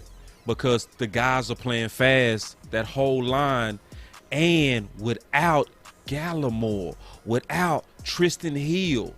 Bro, listen, my thing was, can Darden get these guys to play as a young guy out of England with little experience? I was concerned. Now, Boss, chill out. He's showing in terms of the first 4 games, they are playing fast for him. So that's somebody I got to put on the list of boss, you was wrong. Another person I got to put on the list as boss, you was wrong, is the running backs coach, Pete. Because I didn't like Pete. And I judged Pete based on the running backs from last year. Because I said I judge coaches based on the group. What the group look like. What the group look like. Boss, you was wrong. Boss, you was wrong. You know what I'm saying? And that's just what it is. And I want to be wrong as hell on Anthony Brown. I want to be so wrong, bro. If he can just keep going, bro. Because none of us, well, I ain't gonna say none of us. It's people that's like that. I'm not in this to be like, I was right, that you sorry. That's not why I'm doing this. I want the best man on the field. Period. Now, if you start playing better and then make it hard for the man that wants your job, I'm cool with that. You know what I mean? And so I would take what I got out of Anthony Brown today. I will, and just keep building. Because when you playing good, what I want to do is I want to encourage you. I want to say, keep doing it, bro. Keep doing it. Don't go backwards. You in the right direction now. That was a solid receiver that you locked down on the first half, made good plays on. Just keep doing that. Hopefully that builds his confidence. Maybe it was just his confidence. It's certain players that it might take them a while, but once they get their confidence, they go. Yeah, man, and I'm gonna tell you this too, because I'm your co-host, but I'm your homie too. I'm gonna hold off on that video. I'm gonna give it a couple more weeks, Boss Cowboy. Yeah. I'm gonna give it a couple more before you make that video, because we still need. I always give people a quarter, right? I have the season in quarters. I know we're at 17 games now, right? But the first 4 games are the first quarter. The second 4, second, third, fourth. Last quarter. Before the playoffs, say fourth quarter. So I would let him get a little bit past a quarter of a body of work for you to say that you're wrong. So I ain't gonna say you're wrong yet. I'm gonna say he's trending up, though. I'm gonna tell you he's trending up. Yeah, I'm not definitely saying I'm on the wrong train yet with him, but I'm officially on the wrong train with Darden, and I'm on the wrong train with Pete. Because it's 4 games for those two. It's 4 games for those two. So I'm gonna give you those. I'm prepared to make that video, and I want people to know, if you listening to this channel, we talk about where we got it right, but we also want to be the people that can tell you where we got it wrong. You know what I mean? Because these people got jobs too. They got reputations, and it's hard to talk about people in the public. You know what I mean? But when they doing their jobs, if I made it hard possibly on your job, I also need to help you keep your job if you doing the work to keep your job. And they are. Yep. So I mean, shouts out to those coaches that I have questions about. Be on the lookout for a video. I might have a cook crow, and I might be eating it live, because so far y'all fully earning it. Coach Pete, Coach Darden. I want to take one more real quick. Obviously, this is super big. What's going on? The secondary, like this, just the entire secondary. Yeah. Boy, if you make a mistake, God, they gonna make you pay everywhere. They gonna get the ball. They gonna hit you. Man, what you think about our secondary, bro? Man, I just think that the secondary, man, are ball hog hungry people. And this is what I said going all the way back to the draft, that Dan Quinn is drafting guys that are aggressive, that are more physical, and that attack the ball. And so we seeing evidence of this, even with the free agent signees that we had, man. I mean, that's just the whole mentality and the whole culture of this thing, man. It's like to punish receivers, to get interceptions, and to do what we got to do, man, and take the other people out of the game, man. And so I love it, man. I think that it's fantastic. Yeah, bro. Like, I'm going to just say this. If we stay on this level, bro, the whole league got to look out. We not even in mid-season form. This is not the best of the Cowboys. Think about that. This is not the best of the Cowboys. Nope. Like, this was a big win, and we all got legitimate critiques. Yep. Yeah, well, you know, well, here's the good thing about this, right? And you said, hey, this season could be special. And I said, hey, man, the Cowboys should win, in my opinion, 11 to 12 games this season based upon their strength of schedule and the talent on their roster alone. That's what I think, and I still stand on that, right? So here's the thing, man. Here's the great thing. You don't want a team to peak too early. And so we see a lot of good, right? We also see a lot of things that can be cleaned up. So we're seeing that the Cowboys are still early in the season, how they playing. They're trending in a positive way, but they're not close to peaking. And that's what you want. You don't want your team peaking in October. I don't care. I'm glad they still making mistakes. I hope they actually get another L in the next, not now, but maybe in the next 3 to 4 games to keep the momentum and the fire going, right? I want you peaking and playing your best ball in December going into January. And if we do that, Boss Cowboy, look out. We're going to be in great shape. And let me say what you said slower because people going to miss it. Mm-hmm. He said, I hope we get an L.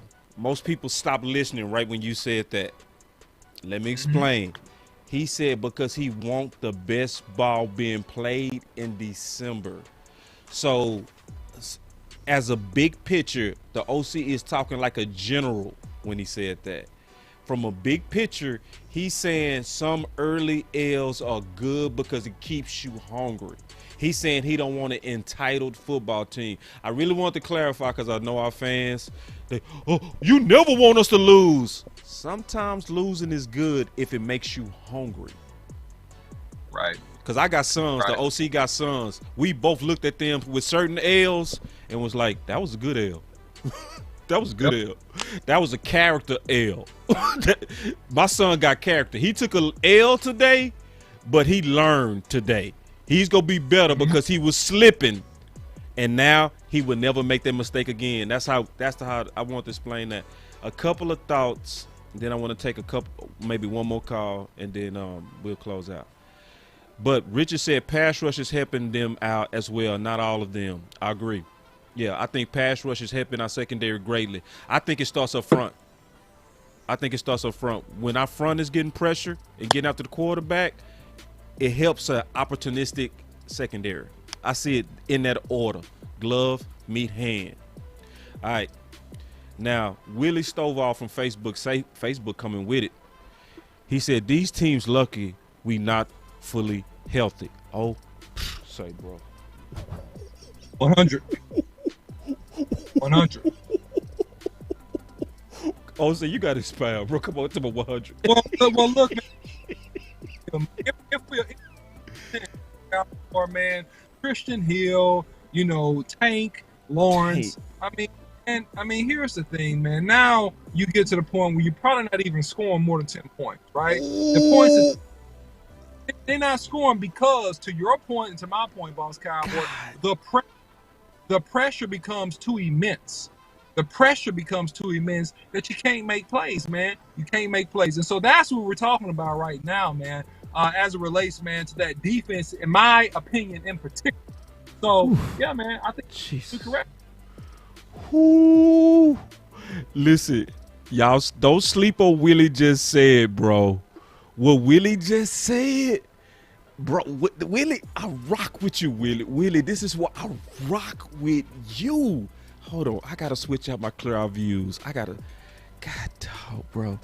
Hold on real quick. Just switch off real quick, Boss Cowboy. Switch off me, all right? Put it on you. Okay, hold on.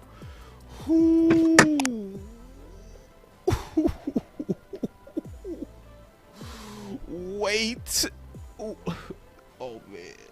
I got to take my time on that comment. That comment is just too rich, bro. That is just too factual. God dog, man. It's a big thing for Boss Cowboy to actually say publicly that he drunk Kool-Aid. Listen, I do not drink Kool-Aid without first measuring. What a comment. Man, God dog, like this is the Dallas Cowboy B team. Let me turn this music up. Let's rock to that. Let's call it B team music.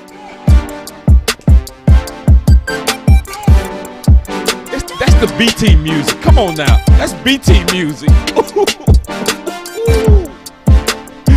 Hey, y'all hear that? Man. So you mean to tell me we doing this without our best player?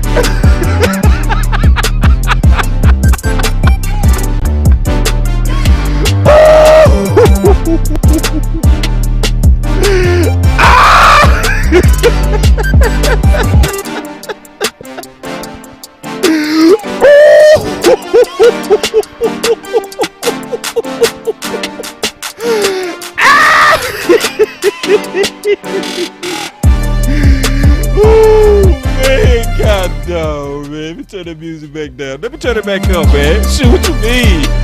Man, we doing this with our best player, bro. The highest paid killer. We doing this on adjustments.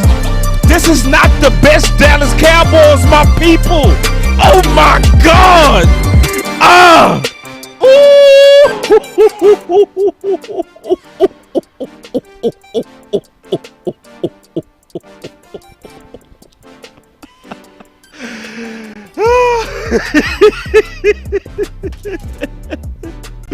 Oh man, some things bring out the evil in you, man. And some comments do it, bro. Some comments, hey man, some comments do it, bro. That's the one. These teams are truly. We talking about no Tristan Hill. We talking about no Gallimore. They was all projected starters. Man, let's turn this music back up, OC. OC, let's rock some. What? What? Huh? We gonna leave out partying, bro. Let's leave out partying, man. We ain't even finna leave. We gonna keep talking. We ain't going nowhere. We got some football. We get ready to put this damn football in y'all face, man. Y'all better get ready for these Dallas Cowboys, man. We not even in mid-season form. Y'all heard me? Y'all heard me? That's what I'm saying, man. We not even close to mid-season form, man. Woo, OC, man, these boys not even ready.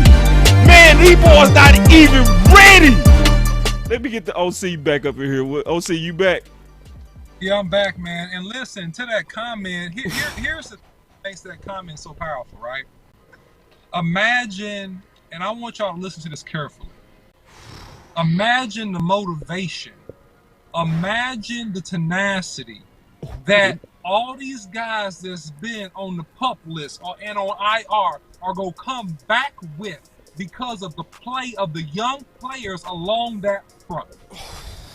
So imagine the intensity and the focus that these guys go come with. So what I'm telling you is that whatever the best is, you fist to get Gallimore, Hill, Tank. You fist to get these boys best. You go get they best when they come back. Think about that. Marinate on that. Selah. Think about that. In conjunction with what you already got and what you've been seeing. Because this competition, Monday, Tuesday, Wednesday, Thursday, Friday, every day. At the Cowboys facility. Around these parts. Oh man, I gotta listen, man. With the OC talk like that, come on, y'all.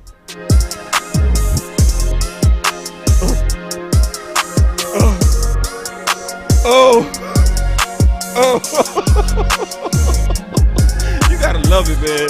You gotta love it. See, this is a game, man. Let me turn that music back down. Nah, I'm gonna turn it back up. Should I turn it back down? Nah, I'm gonna turn it back up, man. Come on, man. Hey, man. Willie, you set it off, man. Oh, man. Yeah, man. You set it off, Willie. Because, see, sometimes, man, I'm going to tell y'all a story. When I was in college, this is a true story. I was accepted into 2 programs at the University of Houston that it's a very unlikely chance that anybody gets into. The entrepreneurship program and the sales program. They, at that time, only accepted 40 out of about 5,000 people in the business school. I got into both programs. and I was mad. So y'all hear me out. Y'all stay with me on my story, man. Stay with me on my story. And I was mad, and I was talking to my mentor because I was trying to make all A's, and I got in the class a 95. And I was mad. I was like, man, I got a 95, and that's an A minus. I would have had clear A plus across the board. Man, how did dude do me like that? I really. And my mentor said, "You got what?" I said, "Yeah, I got all A's." He said, "Okay." He said, Marcus. He said, Mark. He said, "Slow down." He said, "You in what?" I said, "Yeah, I'm in an entrepreneurship program." He said, "You also in what?" I said, "Yeah, I'm in a sales program." He said, "You also been doing what?" I said, "Yeah, I've been making all A's." And you mad because you didn't make a 95? Let's be careful, Cowboy fans. This game was not perfect. You know what I'm saying? This game was not perfect. We did let our foot off the gas at the end. We did game management stuff that was risky. I don't like it. But at this point, I'm for the party. Just because, bro. Just because, bro. Just because we not in mid-season form. And we playing dangerous games, but we coming out on top. You know what I'm saying? It's a dangerous game. I don't like it. I don't like it when he let clock time come off the clock when he could have stayed aggressive on offense. I don't like it. But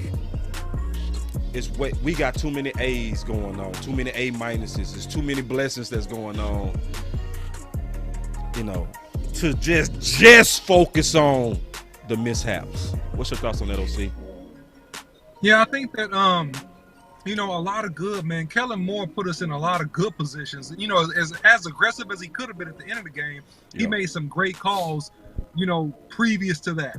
So I think also that Dan Quinn is doing a good job of making adjustments, man. I think that he's doing a fantastic job of mixing up the defense, because here's the thing: when you're playing with the B team and the C team, and you don't have several of the dogs that we just mentioned, you're trying to mix up schemes and formations and figure out what you got. So in fairness to the coaching staff, I'm going to pause on a little bit of my criticism on certain things, because I got to give these guys a couple weeks to sort a couple things out in terms of formations, in terms of the best packages defensively and also offensively on how they want to manipulate defenses and get stuff done. So it's a lot of great with that, man. And like I said, the coaches are not at their best. We mentioned the players. The coaches are not at their best yet.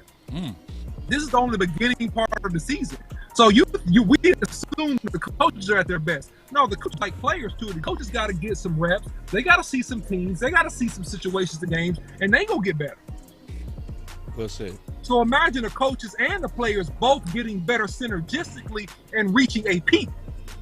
That's how you got to see this thing, and that's clear our view, Boss Cowboy, about this situation. Yeah, and then well said, OC. Well said. And then Andre Wright, he's still right. He said that's what separates great teams from the pack. You're right. No argument for me. The details, doing the little things right, closing out games, not having entitlement, not taking unnecessary risk. Like what happened with them trying to block the punt in the first quarter. You right, bro. You right. You know what I'm saying? He's right. Totally. And it's nothing wrong with keeping on the pressure. So I do want the pressure to make the adjustments. It's just that I want to party with this too. Hey man, look, we had a coach. Shout out to Tim Held, man. Look, we won some games, Boss Cowboy. My first year, he said, "Look, man, y'all better enjoy these wins." He said, "These wins is hard." Yeah. Y'all shouldn't ask like he said. Yeah, he said, "Man, y'all better go out tonight, enjoy this win. This win is hard." Yeah. So I'm telling y'all, as a former player, look, man, you better enjoy these wins. You better enjoy these W's. These W's ain't easy. They might look easy. These W's ain't easy. So when we get them, baby, you better enjoy them. Have a great time, man. Have a great time and enjoy it. Yeah, man. And then Willie, you started the party, so you really did. One more shout out to Willie. One more. You started the party, Willie. You go close out the party. He said, Quinn has done an amazing job at taking our players and exploiting them at their greatest abilities. I think so. I think so too. And I'm gonna just say this: to watch his adjustments with Parsons and using him correctly, and doing it early. I was happy to see that. And then,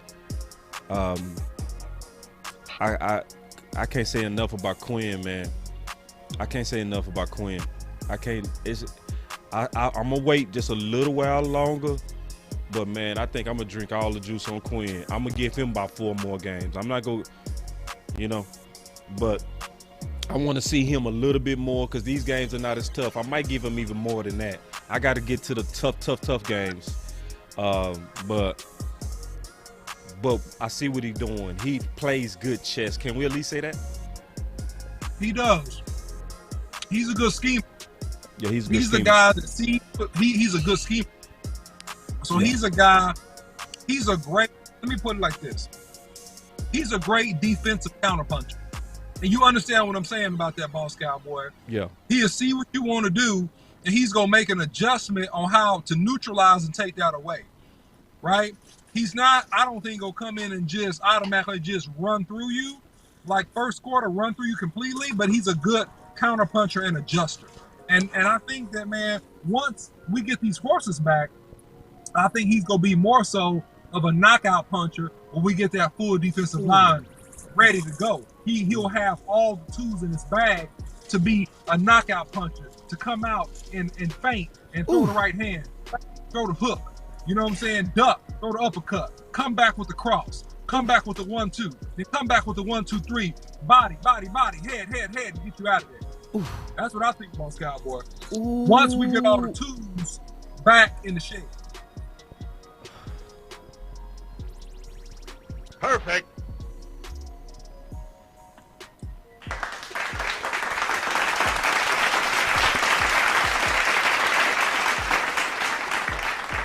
I had enough. I can't take no more. Man. Because you know what's scary, OC? We seeing this without the 4-3 under.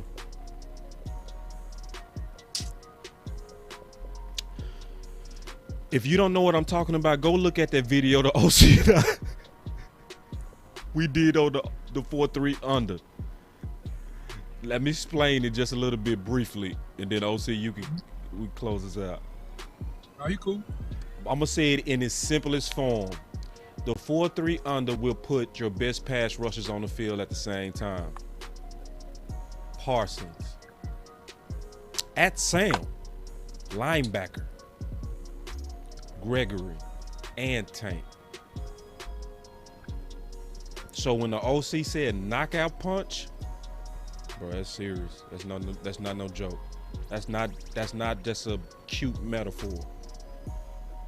That's unstoppable. Now we was saying it then. We was laughing and saying that 4-3 under is unstoppable with the right people in there. Now we actually getting a glimpse of really what it looked like in its actual impact.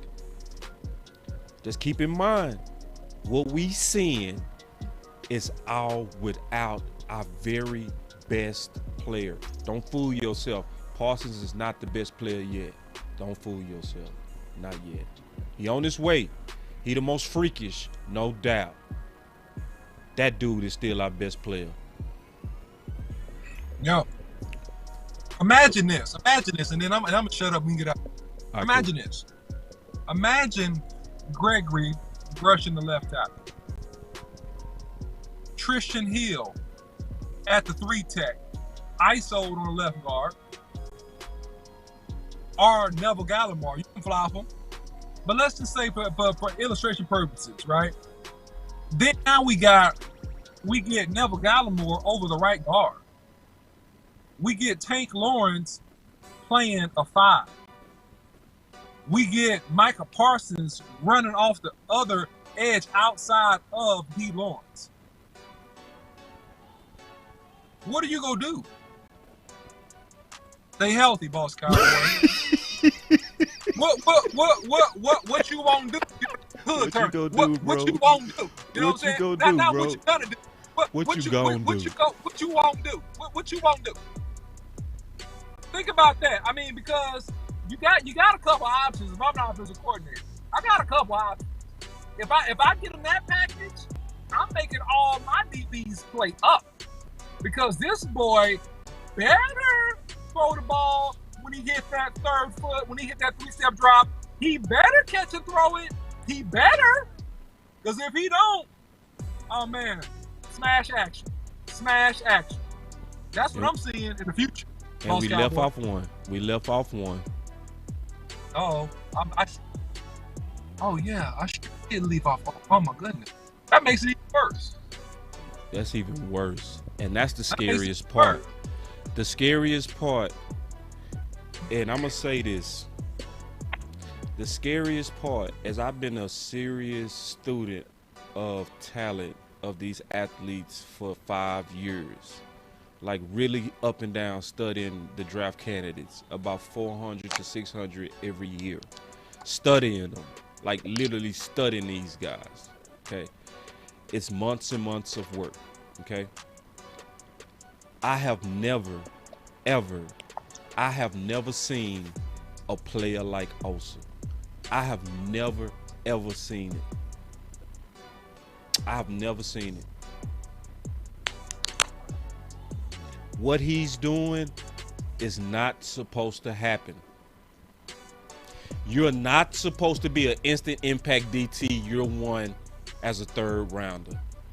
In 5 years of studying over 17 to 2,000 athletes, and that's no exaggeration, I have, out of 2,000 people that I've studied, I've never, ever seen a DT never in that 5 years have instant impact, ever. That's true. I've never seen it. Now, I've seen it from first round DTs. I've never seen it like from a second, third, fourth, fifth, sixth. Never. Not like this. What Osa was doing, bro. Break it down, Boss Cowboy, because fans don't really understand. People not really watching Osa. So I want to give you the floor just for another 30 seconds. Like, break it down so people can get it, because they hear you, but I don't really think they get it. So what he's doing is he's just like he was in college, right? To where he's unmovable, but he's underweight. Like, so his weight doesn't even say he's supposed to be able to do that. He's supposed to be losing at the point of attack. He ain't never losing.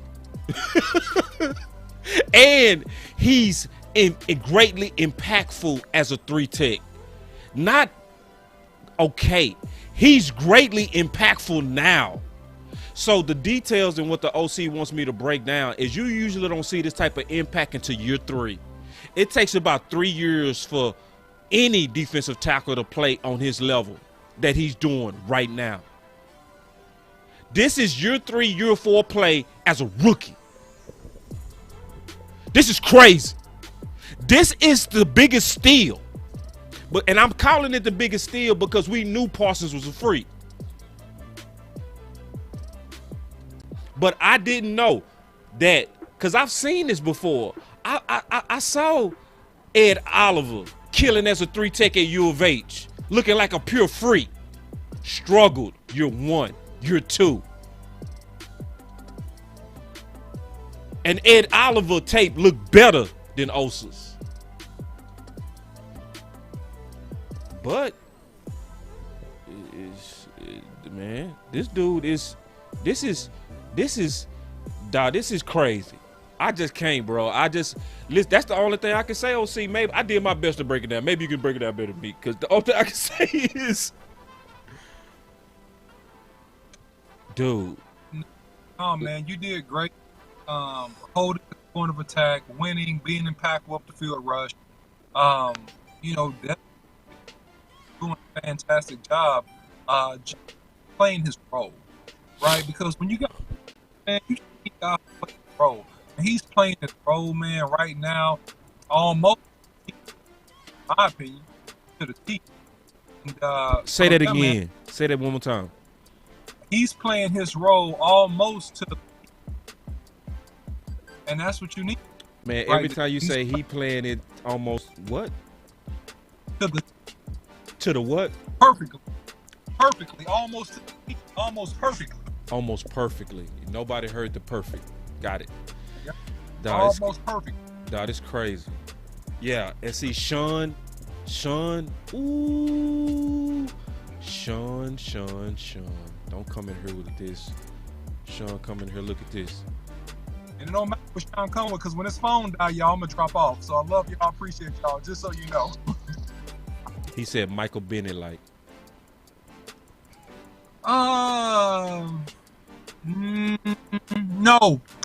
No, he's different than Michael Bennett. Michael Bennett is a different animal. Michael Bennett is more twitchy. Osa plays with more power. It's a difference. They got different games. Osa plays. I think I know what he's saying though. I think he's saying like impact wise. Impact, no. And especially, no. but see, Michael Bennett had to mature to that too. Correct. He had to mature to the variety of moves. His deal was beating you on the first two steps. That was Michael Bennett at his best. Beating you upfield, being very disruptive, hit gaps, disengaging really, really quick. Osa's not quite there yet. Osa plays with more power, and I think that Osa will always be the stronger dude, and he has the stronger anchor, meaning stronger legs, stronger behind, right? Can sit down on double teams and say, I shall not be moved. You know what I'm saying? That's who Osa is, man. And so Osa will get better at one gap and penetrating and things like that. But just respectfully to the body work that Michael Bennett has done, which he played at a Hall of Fame level for about 3 or 4 years. Right. Osa is great. I think Osa will continue to bring it up, but I just think they're a little bit. That's just my take on the matter. No disrespect to nobody, but that's just my take on the matter. Yeah. And then he said, "You right, OC." So he definitely showing respect to your opinion, and I like how guys able to reason things out and go back and forth in honesty in their opinions. But yeah, man, this is Boss Cowboy Sports, where your voice matters. We do again have an event coming up. You want to talk about that real quick, OC, before we get out of here? Yeah, man. Yeah, real quick, man. So listen, guys, if you're local, man, you got to come out and support. We help and support to pack the house at Walk-Ons this coming Thursday, October the 7th at 7:30. We got a live podcast there. You enjoy football. You enjoy good food, good beverage. Hey, listen, Walk-Ons. We'll be there. Along the be in the building. All right, meet us, come, hang out, give us a hug, high five us, whatever you want to do, man. Come out with us, put the word out. We'll be there this Thursday. Start, man. Don't be late. All right. And also, it's time to become a part of the Patreon family. Here we go. Y'all check this out, because we got more content coming from the Patreon. This is the OC with Boss Cowboy Sports. Thank you so much for becoming a part of our Patreon community. There are 3 levels of membership. The first is a BCS Insider, the second is a BCS VIP, and the third is a BCS MVP. It doesn't matter what level you decide to support this page and channel on. We appreciate your support. We look forward to giving you exclusive content and updates on this page on a weekly and daily basis. This is the OC. I'm out. We'll talk to you soon.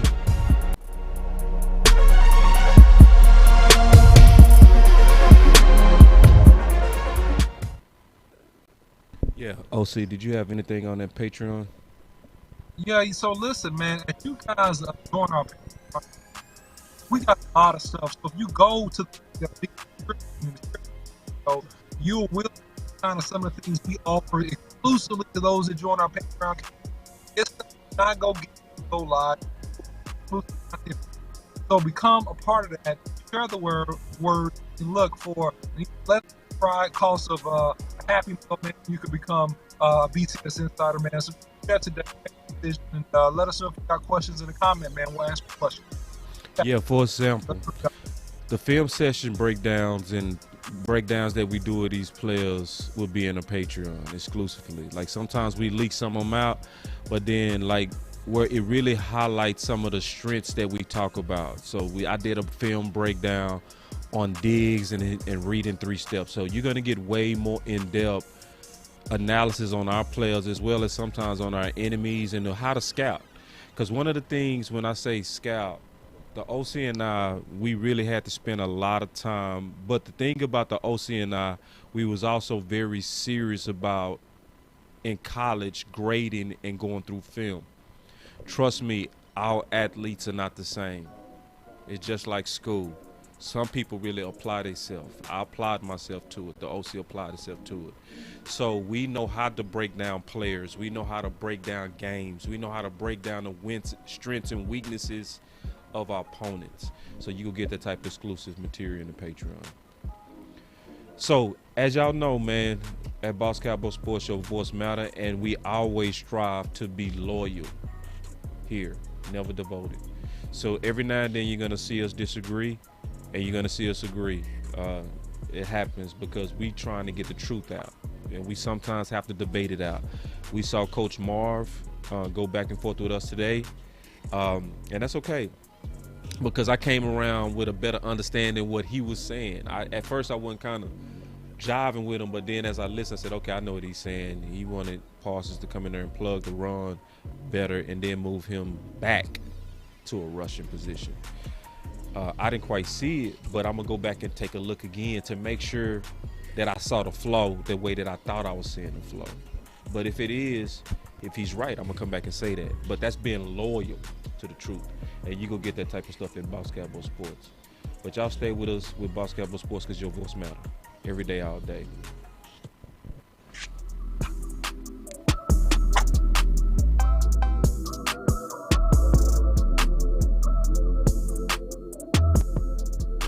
Boss Cowboy Sports, where your voice matters.